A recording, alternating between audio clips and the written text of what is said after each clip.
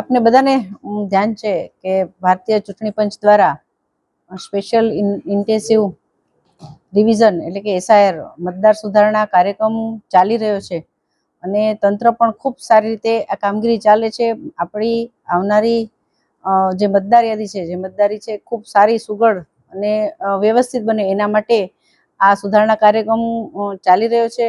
આપણને બધાને ધ્યાનમાં છે કે તંત્રના બીએલઓ દ્વારા અને સમગ્ર તંત્ર દ્વારા અને ચૂંટણી પંચ દ્વારા આ ફોર્મ વિતરણ જે સુધારણા કાર્યક્રમ છે એના અંતર્ગત ફોર્મ વિતરણ થયા છે અને લોકો તરફથી આ ફોર્મ વિતરણ પાછા લેવાની પણ કામગીરી ચાલુ છે. આ સમગ્ર પ્રક્રિયા આપણા લોકશાહી માટે ખૂબ આવશ્યક અને જરૂરી છે અને લોકો પણ પોતાના મતાધિકારથી વંચિત ના રહે અને પોતાનો જે અધિકાર છે મતદાનનો એ આબાદિત રહે. સાથે સાથે લોકો પણ પોતાની ફરજ સમજીને આમાં સહકાર આપી રહ્યા છે. પણ ભારતીય જનતા પાર્ટી એવી પાર્ટી છે કે જે આવી કાર્યક્રમો હોય છે, જે આવા અભિયાનો હોય છે, એમાં પોતાની સામાજિક જવાબદારી સમજીને પણ હંમેશા તંત્રની સાથે રહ્યું છે. તો આવતીકાલના દિવસે 23 તારીખે સમગ્ર જામનગરમાં તમામ આ પ્રક્રિયાની સાથે સાથ ભારતીય જનતા પાર્ટી દ્વારા પણ આ સઘન પ્રક્રિયામાં એની સાથે રહેવા માટે દરેક અગ્રણીઓ, આપણા રાજ્ય કક્ષાના મંત્રીઓ હોય, ધારાસભ્ય, સાંસદશ્રીઓ અને પૂર્વ પ્રમુખો, પૂર્વ મેયરશ્રીઓ, હાલના અમારા હોદ્દેદારશ્રીઓ, વોર્ડના હોદ્દેદારશ્રીઓ, મોરચાના તમામ કાર્યકર્તાઓ, અમારા અગ્રણીઓ જે આગેવાનો છે, સિનિયર કાર્યકર્તાઓ તે અને સક્રિય કાર્યકર્તાઓ, તમામ સ્તરના કાર્યકર્તાઓ પણ દરેક પોતે એક બૂથમાં જઈ અને પોતાની જવાબદારી સમજી અને લોકો વચ્ચે રહી એમને આ ચૂંટણી પ્રક્રિયામાં લોકોને પડતી મુશ્કેલીમાં મદદરૂપ થશે. એમને ફોર્મ ભરવામાં મુશ્કેલી હોય તો એમાં મદદરૂપ થશે, એમને કોઈ માર્ગદર્શન જોઈતું હોય તો એમાં મદદરૂપ થશે. સાથે સાથે લોકોને આ તંત્રની પ્રક્રિયામાં સહયોગ આપવા એટલે કે ફોર્મ ભરી અને પરત આપવા એના માટે પણ પોતાની જવાબદારી સમજી અને આ જે કાર્યવાહી ચાલી રહી છે એમાં પોતાની જવાબદારી સમજીને એમાં સહયોગ કરશે.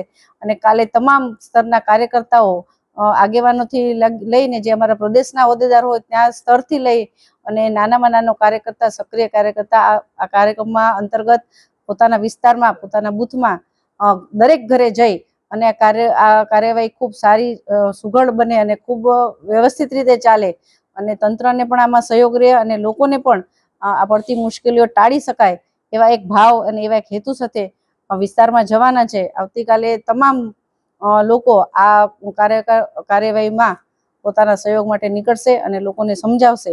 આપણી આ લોકશાહી માટે આ ખૂબ જરૂરી પ્રક્રિયા છે અને આ પ્રક્રિયામાં હું આપના માધ્યમથી પણ એવો સંદેશો આપું છું લોકોને કે કોઈ પણ મુશ્કેલી હોય તો અમારા ભારતીય જનતા પાર્ટીના કોઈ પણ કાર્યકર્તાનો તેઓ સંપર્ક કરી અને આ કાર્યવાહીમાં અમને પણ સહયોગ આપે, તંત્રને પણ આપે અને પોતાની આ મતદાર યાદીમાં પોતાનો અધિકાર આબાદિત સુનિશ્ચિત કરે.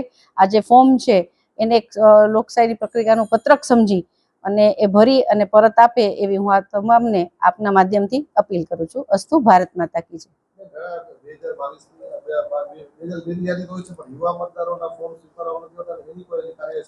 હા, ના, એ કાર્યવાહી પણ થશે. અત્યારે હાલ કાર્યવાહી ફોર્મ કરી પરત લેવાની છે. એનો એક એલોટમેન્ટ 4 તારીખે બહાર પડશે.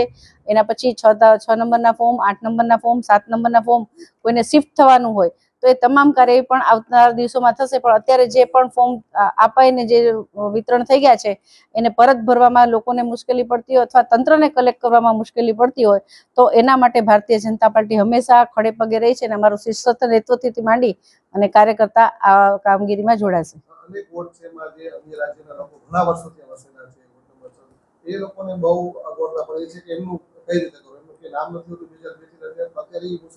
હા, એમના અન્ય રાજ્યના લોકો માટે પણ હવે એવી સુવિધા છે કે કદાચ એમનું 2002ની યાદીમાં નામ ન હોય તો એમને જે 11 એવિડન્સ આપ્યા છે, જે પુરાવા, પોતે પુરાવા એમાં જોડી અને પોતાનું નામ મતદાર યાદીમાં જોડી શકશે. અમારા તમામ, કેમ કે અમે અમારા ભારતીય જનતા પાર્ટીના પ્રદેશ તરફથી પણ તમામ લિંક સરલમાં અમારા દરેકમાં છે. એટલે કોઈને પણ કાગળ હોય તો તેમના વિસ્તારમાં રહેતા ભારતીય જનતા પાર્ટીના કોઈ પણ કાર્યકર્તાનો સંપર્ક કરી શકે છે.